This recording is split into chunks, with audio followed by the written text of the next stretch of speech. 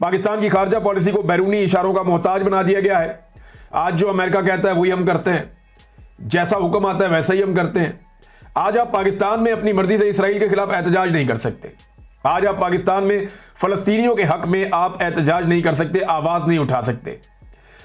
एक और चीज जो की गई पाकिस्तान के साथ, जो एक बहुत बड़ी ज्यादती है, पाकिस्तान के अवाम का इदारों और रियासत पर से एतमाद खत्म कर दिया गया। एक बददिली पैदा कर दी गई। बड़ी तादाद में लोग पाकिस्तान छोड़ छोड़कर चले गए और आधे पाकिस्तानी लगभग इस वक्त गुर्बत की लकीर से नीचे जिंदगी गुजारने पर मजबूर है। ये इनके वो जराइम हैं जिनके खिलाफ पाकिस्तान में एहतजाज होने जा रहा है। इस एहतजाज में तमाम तबकात को, तमाम लोगों को खड़े होकर हिस्सा लेना चाहिए जो लोग इससे मुतासिर हैं। लेकिन देखना यह कि पाकिस्तानी कब निकलते हैं, क्योंकि एस्टेब्लिशमेंट के खिलाफ निकलने का फैसला पाकिस्तानी जब करेंगे तब पाकिस्तान की सूरत हाल बदलेगी। उससे पहले तो कोई उम्मीद नहीं है। नाज़रीन, एक चीज मैं आपको और बताता हूं। आजाद कश्मीर के अवाम ने, यह खबर आई मेरे पास, मैंने इसकी तस्दीक के लिए राब्ता भी किया अपनी टीम से, तो उन्होंने कुछ चीजें मुझे बताई हैं। नंबर एक, नईम हैदर पंजूथा साहब ने भी इस ट्वीट के नीचे कमेंट किया है जो आजाद कश्मीर के साबिक वजीर आजम अब्दुल कयूम नियाज़ी साहब ने जो ट्वीट किया उसको जो है वो रीट्वीट किया और उसके नीचे कमेंट किया। फिर साकिब बशीर साहब का भी इसके ऊपर एक को ट्वीट मौजूद है। तो मैं उम्मीद करता हूं कि ये जो ट्वीट है ये खुद सरदार अब्दुल कयूम नियाज़ी साहब का है, जो पाकिस्तान तहरीक इंसाफ के रहनुमा है आज़ाद कश्मीर के और साबिक वज़ीर आज़म भी हैं आज़ाद कश्मीर के।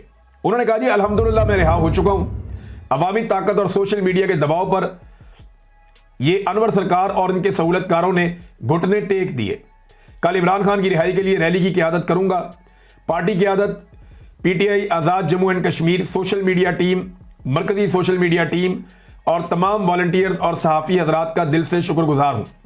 ये उनका ट्वीट है। इसके नीचे लोगों ने अपने कमेंट भी दिए। अगर तो ये आज़ाद हो गए हैं, देखिए मैं अगर का वर्ड इसलिए यूज़ कर रहा हूं कि मेरे पास बराह रास्त कोई इन्फॉर्मेशन नहीं है, लेकिन मेरी टीम ने कंफर्म किया कि ये फलां फलां बंदे ने पाकिस्तान तहरीक इंसाफ में इसको सेकंड किया है। तो ये तो फिर अवामी ताकत है ना। एक तरफ देखें, आज़ाद कश्मीर में 24 घंटे के अंदर उन्होंने अपने साबिक वज़ीर आज़म को आज़ाद करवा लिया, जबकि जो पाकिस्तान का इलाका है वहां पे अपने साबिक वज़ीर आज़म को आज़ाद करवाने में 2 साल में कामयाबी नहीं हो सकी। आज़ाद कश्मीर में और पाकिस्तान में क्या फ़र्क है?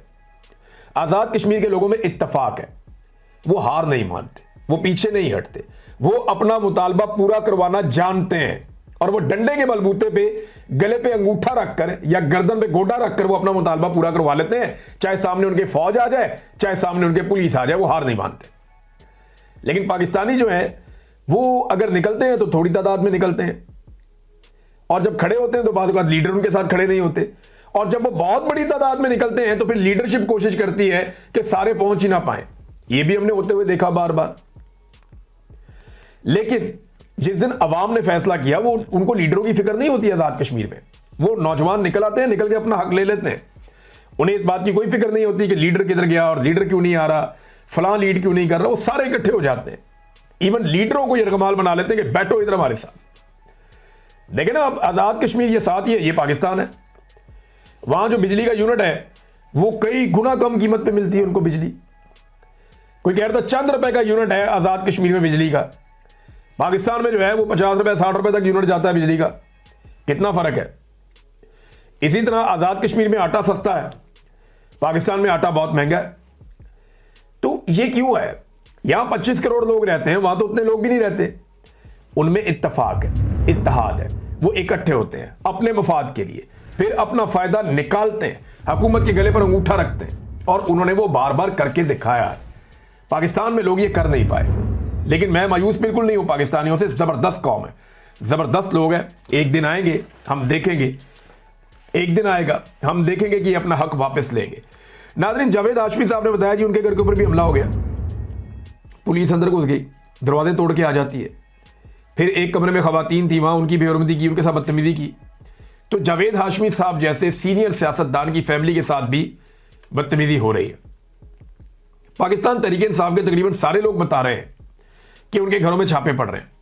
ऐसा लगता है कि सारी की सारी पुलिस को बाकी सारे कामों से हटाकर सिर्फ इस एक काम पर लगा दिया गया कि बस ये काम करो और पाकिस्तान तहरीक इंसाफ को दीवार के साथ लगाओ, बल्कि दीवार में चुन दो।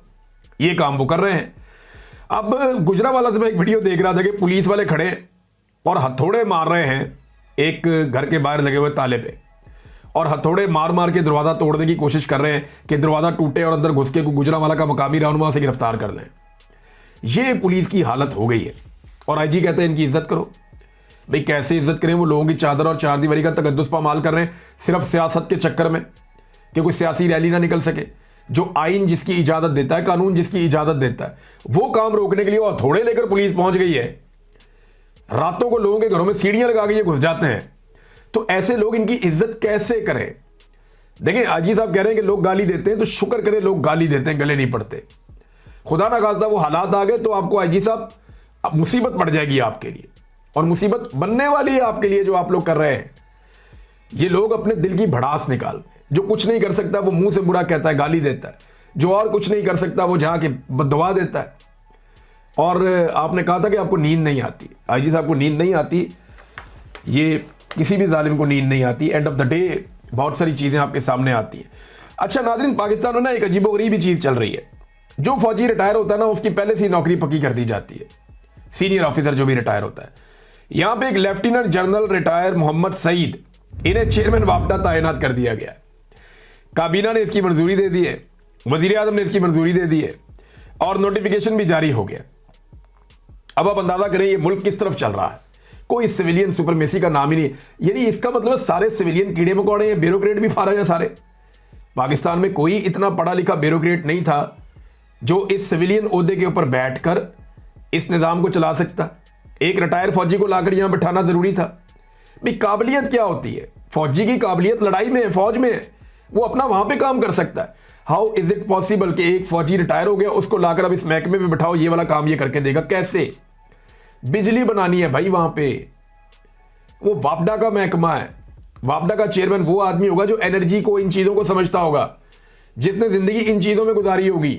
या कोई ऐसा ब्यूरोक्रेट होगा जो इन चीजों के बारे में जानता होगा, या नीचे से तरक्की करता हुआ कोई आदमी आएगा ऊपर से लाके। यानी मुझे बहुत हैरत होती है, हर सीट के ऊपर एक आधा जर्नैल बिठा दिया। बल्कि यहां एक खबर मेरे पास थी, बड़ी इंटरेस्टिंग खबर है। सीनियर सहाफी हैं जी जाहिद गशकोरी साहब, इनकी खबर के मुताबिक एक तहकीक के मुताबिक 169 सिविलियन इदारों में 450 से जायद रिटायर्ड या हाजिर सर्विस फौजी अफसरान को तैनात किया गया है। ले अंदाजा कर लें आप, 169 इदारे हैं और उनमें 450 से जायद रिटायर या हाजिर सर्विस। इस मरतबा ये अजीब काम हो रहा है कि हाजिर ड्यूटी पहले फौरन लाके तैनात कर देते हैं। वो 2 साल वाली शर्त भी खत्म। कई लोग रिटायर होते ही फौरी तौर पे लाके तैनात कर दिए जाते हैं। और अभी एक और खबर है, इसमें सीनियर सहाफी असद मलिक साहब ने यह खबर दी है, और यह खबर और भी बहुत सारी जगहों पे आ गई, मीडिया में आ भी गई। एक मेजर जनरल रैंक के अफसर को वजारत दाखिला में एडिशनल सेक्रेटरी के तौर पर मुकर्रर किया गया है। इससे कबल पूरी वजारत का चार्ज एक लेफ्टिनेंट जनरल को सौंपने पर बहस हो रही थी, लेकिन यह मुमकिन नहीं हो सका। नए मुकर्रर शुदा अफसर मेजर जनरल नूर वली पहले एक हसास इदारे में खदमात सर अंजाम दे रहे थे, गालिबन ISI में थे, और इसके बाद इन्हें एडिशनल सेक्रेटरी की हैसियत से यानी ये वजारत दाखिला में भी होंगे और उधर फौज में भी होंगे। मेरी समझ से बाहर है ये कैसे खिचड़ी पक रही है पाकिस्तान की। ये करना क्या चाह रहे हैं? FC रेंजर्स और फ्रंटियर कांस्टेबलरी वगैरह इधर चलिएगी इनके पास। समझ नहीं आ रही मुझे कि सिविलियंस इतने ही बेचारे गए गुजरे हैं। ये ब्यूरोक्रेसी को अपने गिरबान में झांकना चाहिए कि आप ये काम नहीं कर सकते क्या? अब तक के लिए इतने, अपना ख्याल रखिएगा, अपने इस चैनल का भी। अल्लाह हाफ़िज़।